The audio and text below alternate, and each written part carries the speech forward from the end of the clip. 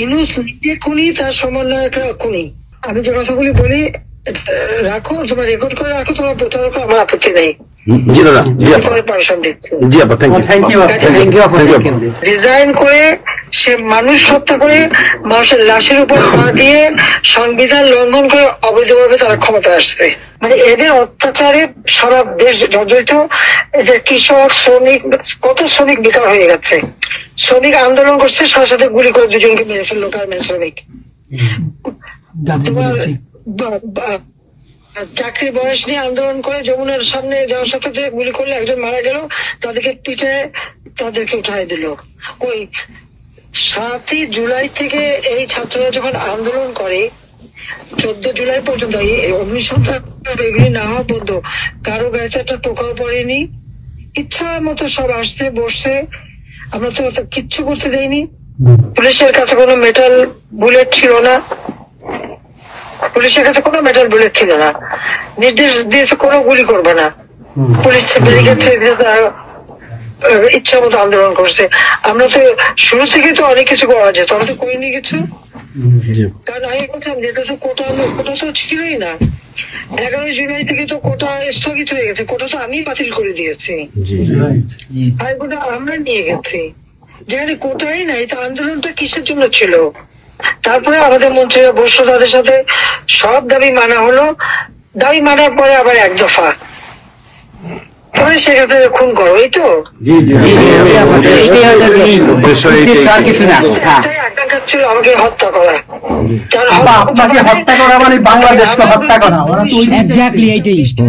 হত্যা মামলা, আবার হত্যা মামলা দিয়ে আবার এখন বলে গণহত্যার বিচার হবে। গণহত্যার বিচার আমার না, গণহত্যার বিচার হবে ইউনূসের।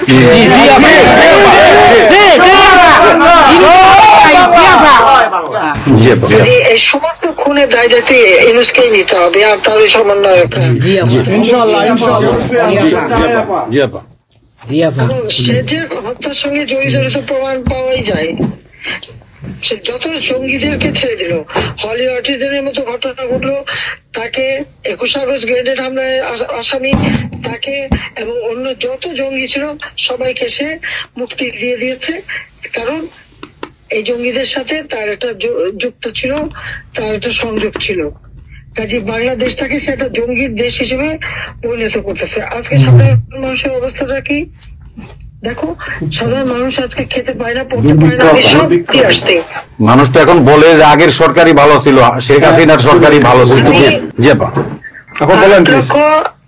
97,000 কোটি টাকার বাজেট, কয়লা কেনা, এলএনজি কেনা, ডিজেল পেট্রোল কেনা, খাবার সবকিছু ব্যবস্থা করা, সারের জন্য সার কেনার সব ব্যবস্থা করে আসছে। যে এলএনজি আমার সময় যখন বাজারে 10 টাকা, আমরা সেটা 9.93 দামে কিনলাম। সেই 9 টাকা 9 পয়েন্টের যেটা কিনা সে 14 তোমার 5 একটা, আর 14.65 এই দামে কিনলো। ডাবল দামে সে কিনতে গেল কিসের জন্য? এখন তো বাজারের দাম আরো কমছে। শেয়ার মার্কেটে টাকা উধাও, ব্যাংকে টাকা নাই, ব্যাংকের টাকা উধাও, গেল কোথায়? আমেরিকা। 20 লক্ষ মেট্রিক টন খাদ্য আমি রেখে আসছি। 1 কোটি পরিবারের জন্য টিসিবির কার্ড দিছি, মাত্র 30 টাকা কেজিতে তারা চাল কিনতে পারবে এবং ডাল, তেল, গম কিনতে পারবে। সেই ব্যবস্থা করে আসলাম সস্তায়। 43 লক্ষ মানুষকে বাদ দিছে সেখান থেকে। কেন বাদ দিল? আওয়ামী লীগের সরকার বাদ দিতে আওয়ামী লীগের। তার মানে তুমি আরেকটা চেষ্টা করো, 43 লক্ষ আওয়ামী লীগ পেল, তখন তো 1 কোটি ছিল, বাকি তো অন্য দলের। আওয়ামী লীগ তো দল দেখে নাই, আওয়ামী লীগ দেখছে যারাই আবেদন করছে তাদেরই দিয়েছে, সে যে দল মত নির্বিশেষে সবার জন্য। আওয়ামী লীগ মানুষের জন্য করে, এটা আওয়ামী লীগ সরকার করছে এর জন্য। ছাত্রদেরকে সে তারা বিভ্রান্ত করছে। এখন সাধারণ ছাত্রছাত্রীরা যারা এই বিভ্রান্ত এই খুনিদের সাথে যুক্ত, আমি যাদেরকে বলবো তাদেরকে আবেদন করছিলাম, বুঝতে পারছেন না যে কি হচ্ছে, আপনাদের বাচ্চাদের আসতে দিয়ে তারা দিচ্ছে বাচ্চাদের। অনেকে তো আপনাদের হারালো, তখন যদি আমার কথাটা শুনতো তো হারাতে হতো না। আজকে তারা নিশ্চয় উপলব্ধি করতে পারছে। সেটা আমি বলবো যে এখন যারা এই সাধারণ ছাত্রছাত্রী নাবিজের সঙ্গে যুক্ত হয়েছিল তাদের প্রতি আমাদের কোনো ক্ষোভ নেই, কিচ্ছু নেই, বরং তারা লেখাপড়া করতে আমরা সেটা চাই। কিন্তু আমার কথাটা হচ্ছে আমাদের ছাত্রলীগ করাটা কি অপরাধ? আওয়ামী লীগের সন্তান হচ্ছে তার জন্য কি অপরাধ? তাদের পরীক্ষা দিতে দেবে না, ভাইবা দিতে দেবে না, ইউনিভার্সিটিতে যেতে দেবে না, স্কুলে যেতে দেবে না, কলেজে যেতে দেবে না। What is this? আর এই ছেলে পেলেদেরকে কিভাবে বেয়াদব বানিয়েছে? স্কুলের প্রিন্সিপাল, টিচার তাদেরকে তার জুতার মালা পরায়, গাছের সাথে বাঁধে, তাদেরকে দিয়ে রিজাইন করায়। লাঠি সোটা নিয়ে জীবন, আমি জানি পৃথিবীতে কোনো দেশে এই ঘটনা ঘটছে কিনা। চিফ জাস্টিস তার বাড়ি হামলা, চিফ জাস্টিসের হামলা। যাদের আত্মসম্মান বোধ আছে তারা থাকে না, উনি সাথে সাথে রিজাইন করে দিছে। কতজন মানে জজ তাদেরকে এজলাসে ঢুকতে দেবে না, তাদের রিজাইন করার জন্য চাপ দিছে। রিজাইন করে না থেকে তাদেরকে কোনো কোর্ট দিতে তাদেরকে বাতিল করে দিয়েছে। ইলেকশন কমিশনকে বাতিল, আমাদের মানবাধিকার কমিশনকে বাতিল, আমাদের পাবলিক সার্ভিস কমিশন বাতিল। চাকরি দিতে পারছে না, পাবলিক সার্ভিস কমিশন অচল করে দিয়েছে। এই ছেলেপেলেরা যাবে কোথায়? আজকে তারা কাজ করার সুযোগ নেই। একের পর এক ইন্ডাস্ট্রি বন্ধ, আগুন দিয়ে পুড়িয়ে দিয়েছে ইন্ডাস্ট্রি অথবা বন্ধ করে দিচ্ছে।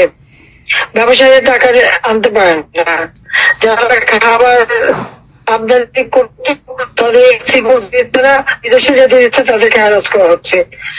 ইনশাআল্লাহ হইবে একদিন, ইনশাআল্লাহ হবে, ইনশাআল্লাহ। আপা 152 জন সমন্বয়কের মধ্যে একজনকেও কিন্তু গুলি করা হয় নাই বা কেউ গুলিবিদ্ধ হয় নাই, গুলিবিদ্ধ হয়েছে সাধারণ জনতা। তার মানে ওরা মারছে এগুলোকে। ইন্ডেমনিটি দিয়েছিল 15 বছর হত্যাকারীদের পুলিশ। আমি বলছিলাম বিচার করবো, আমি বিচার করি নাই, করছি ইনশাল্লাহ। বিচার হবে ইনশাল্লাহ, অবশ্যই। অপরাধীদের বিচার জাতির বিচার শুরু করেছিলেন জিয়াউর রহমান এসে সে বিচার বন্ধ করে দেয়। এই যুদ্ধ অপরাধীদের উপদেষ্টা বানায়, মন্ত্রী বানায়, প্রধানমন্ত্রী বানায়।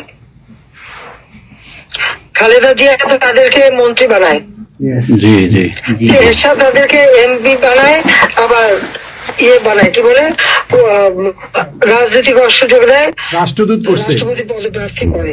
খালেদা জিয়া ভোট চুরি করে এই খুনিদেরকে পার্লামেন্টে বসায় রচিত। যে আমি বলছিলাম আমি বিচার করবো, আমি বিচার করতে পারছি, আল্লাহ আমাকে সেই সুযোগ। এই ছাত্র হত্যার জন্য, জনগণ হত্যার জন্য, পুলিশ হত্যার জন্য আওয়ামী লীগের নেতাকর্মী এবং মাইনরিটি, হিন্দু, বৌদ্ধ, খ্রিস্টান কেউ বাদ যায় নাই। আক্রমণ করছে, হিন্দুদের বাড়ি ঘর মন্দির ভাঙছে, বুদ্ধিস্টদের প্যাগোডা ভাঙছে, সেখানেও তাদের ছেলেদের হত্যা করছে সেই খাগড়াছড়ি এবং রাঙামাটিতে। প্রত্যেকের উপরে এরা হামলা করছে, করে করে তাদেরকে মারছে।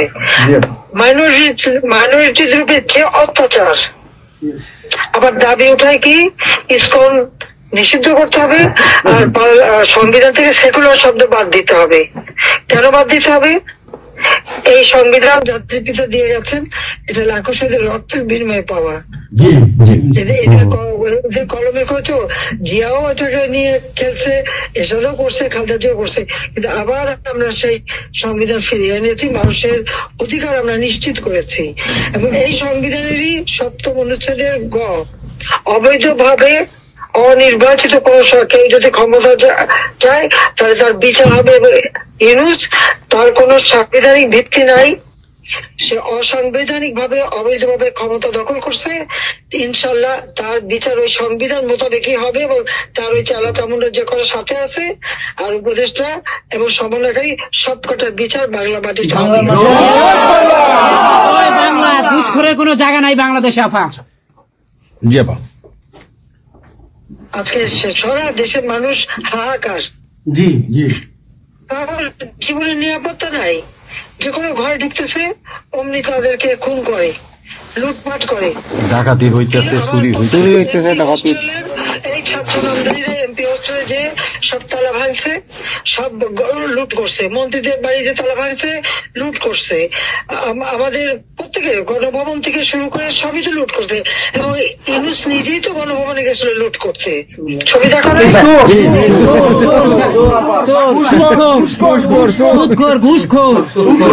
আপা আপনি গোপালগঞ্জে চলে আসেন, কোনো সমস্যা নাই, আমরা আছি আপনার সাথে। সবাই যাবো ইউরোপ আমেরিকা থেকে, সবাই আমরা যাবো। আমরা গোপালগঞ্জে ইনশাআল্লাহ স্বেচ্ছায় কারাবরণ করবো দরকার হয়।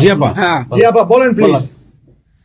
ওই আগুন দিয়ে পোড়ানোর পরে যেটুকু অবশিষ্ট ছিল সেটা লুট করতে গেছিল, তো চোর।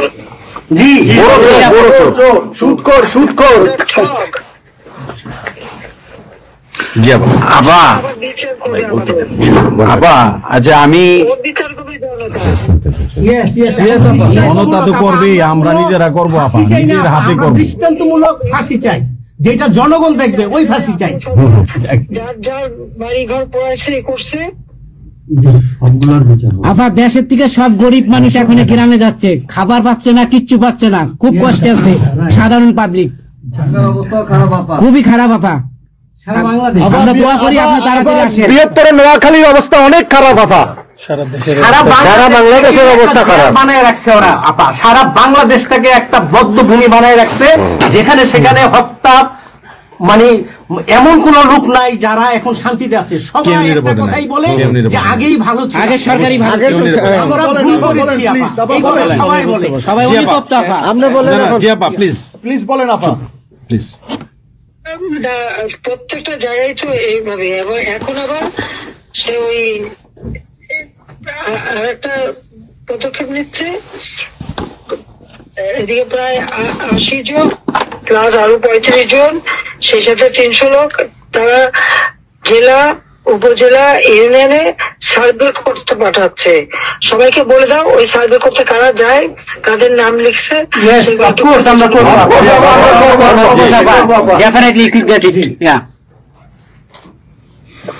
আমরা চাই আপা আপনি সুস্থ থাকেন, আপনি সুস্থ থাকলে বাংলাদেশ সুস্থ থাকবে, বাংলাদেশ ভালো থাকবে। আপনাকে আবার আমরা ফিরিয়ে এনে বাংলাদেশকে আবার এগিয়ে নিয়ে যাওয়ার জয়ের মালা করা।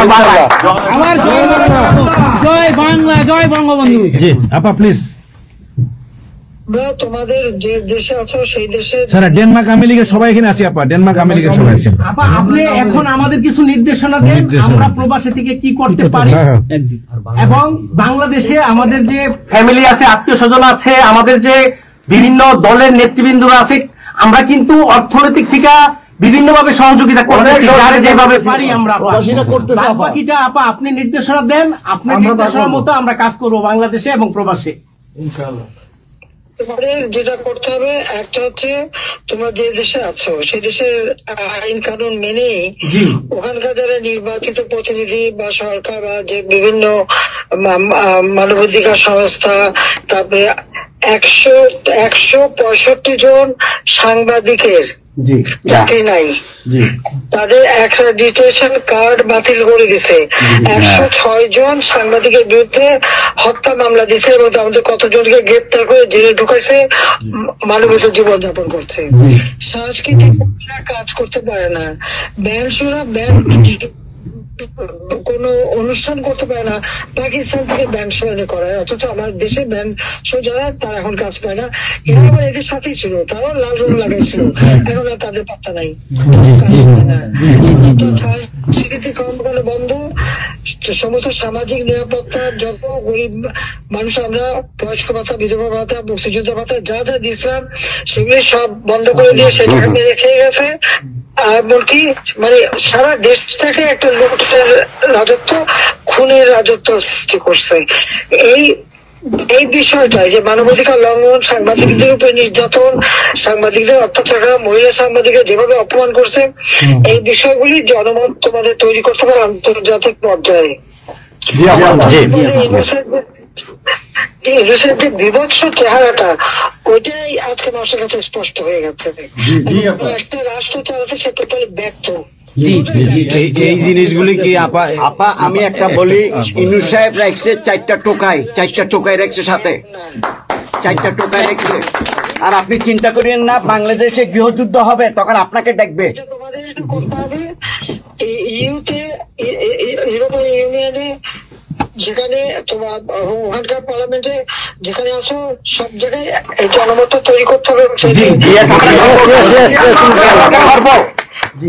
সন্ত্রাসের রাষ্ট্রে পরিণত করছে, মানুষ খুন করছে, আজকে খুন করছে। আজকে তুমি জানো আমাদের মোহাম্মদ হোসেন ভাইয়ের বাড়িতে আগুন, এইগুলি সে করে বেড়াচ্ছে এবং সমস্ত এই ইচ্ছা মতো। কাজে তোমরা এই বিষয়গুলি তোলো।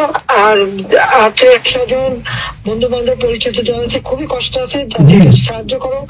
মামলা দিয়ে আমাদের নেতা কর্মীদের চরম হয়রানি করে যাচ্ছে, তাদেরকে সহযোগিতা করা, এই যে আইনজীবী ঠিক করা এবং আন্তর্জাতিক ভাবে কিভাবে মানে এদেরকে সব জনমত এবং সরকার যে অপকর্মগুলি করছে সেগুলি তুলে ধরা, এই কাজগুলি তোমাদের আমরা করবো। আপা একটা জিনিস একটু সন্দেহ লাগতেছে আপা, তাদের সাথে তোমরা থাকবা, কাজ করবা। আর দেশের ভিতরে মানুষকে যে এই সরকারকে না তাহলে দেশের মানুষের মুক্তি দেয় করবে। হ্যাঁ আপা, আমি একটু একটা কথা বলতে চাই। একটা জিনিস একটু সন্দেহ লাগতেছে যে পাকিস্তান থেকে যে শিপের মধ্যে কতগুলি কন্টেনার আসলো, এইটা কেন এবং এত দ্রুত ওরা কিভাবে পাকিস্তানের সঙ্গে ব্যবসায়িক সম্পর্কটা গড়লো? কারণ এইটা তো কোনোদিন ছিল না বাংলাদেশে, 71-এর পরে এটা হয় নাই আপা। এখন এইটা নিয়ে আমাদের আপনি তো অবশ্যই আপনি অনেক কিছু অবগত আছেন, এটা আমাদের জানার প্রয়োজন।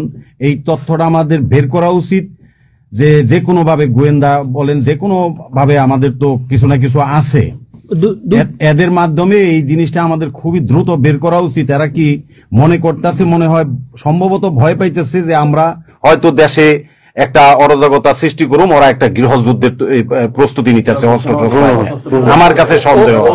ওইখানে দুজন যে মাল ডেলিভারি করে ওই জায়গাতে কন্টেনারে, ওইখানে 2টা লোকের চাকরি চলে গেছে।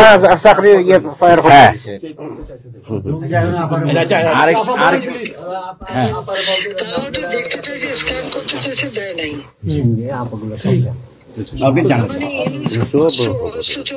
সাথে জড়িত।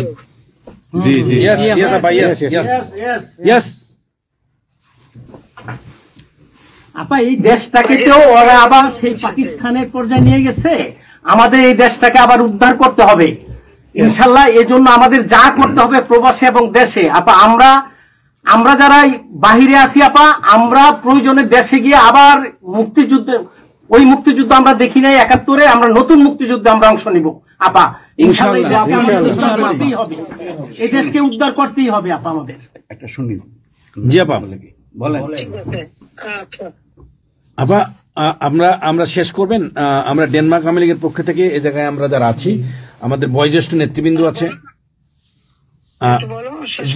হ্যাঁ, ডেনমার্ক আওয়ামী লীগের বয়োজ্যেষ্ঠ নেতৃবৃন্দ আমরা এখানে উপস্থিত আছি। আমরা আজকে প্রতিবাদ সভা ডেনমার্ক আওয়ামী লীগের এই ইউনুস সরকারের যে এই যে অগণতান্ত্রিক কাজ, এই সন্ত্রাসী ইউনুসের যে অগণতান্ত্রিক কাজ, তার বিরুদ্ধে আমরা মাফিয়ার বিরুদ্ধে আজকে প্রতিবাদ সভা হচ্ছে। সেই জায়গাতে আমাদের ডেনমার্ক আওয়ামী লীগের উপস্থিত আছে বাবু সুভাষ ঘোষ, আমাদের আপনি জেনে থাকবেন সবাই নামই, লিঙ্কন ভাই, লিঙ্কন মোল্লা, খোকন মজুমদার, আমাদের নঈম বাবু, আমাদের সামি দাস, আমাদের অবশ্যই মোহাম্মদ শহীদ, আমাদের মাহবুর রহমান, এখানে লিমন, তারপরে আমাদের সাব্বির, তারপরে উপস্থিত আছেন আমাদের শামীম খালাসি, বোরানুদ্দিন, আমাদের মাসুদ চৌধুরী, সামি দাস, হিলল বড়ুয়া, লিমন, অনেক নেতা কর্মী দাদা আপা, অনেক নেতা কর্মী উপস্থিত আছে। আমরা আপনার জন্য আজকে দোয়া করব, দুহাত তুলে আপনার দীর্ঘায়িত কামনা করছি। আগামীতে আপনাকে সুস্থ থাকতে হবে, আপনার মাধ্যমে বাংলাদেশকে আমরা ঘুরে দাঁড়াবে। যেমনি হবে আমরা 1981 সালে আপনি সেই বাংলাদেশের হাল ধরেছিলেন, বাংলাদেশের মানুষের গণতন্ত্র, বাংলাদেশের মানুষের মুখে হাসি ফোটা নিয়ে আসছিলেন, আপনার মাধ্যমে আমরা ইনশাল্লাহ ওই দিনে আগামীতে ফিরে আনবো।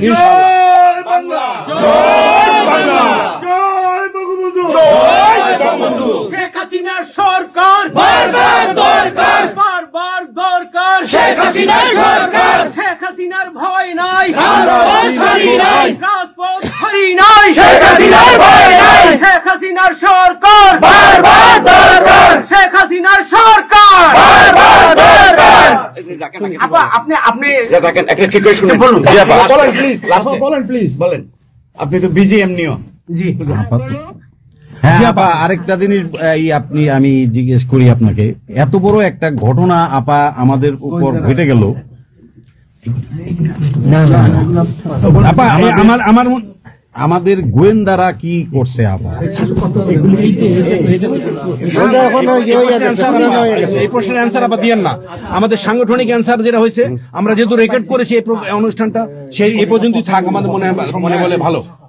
এই পর্যন্ত আপনারা শেষ করছি। আপনাকে আবার ধন্যবাদ, আপনার জন্য দোয়া করছি, আপনার দীর্ঘায়িত কামনা করছি আপা।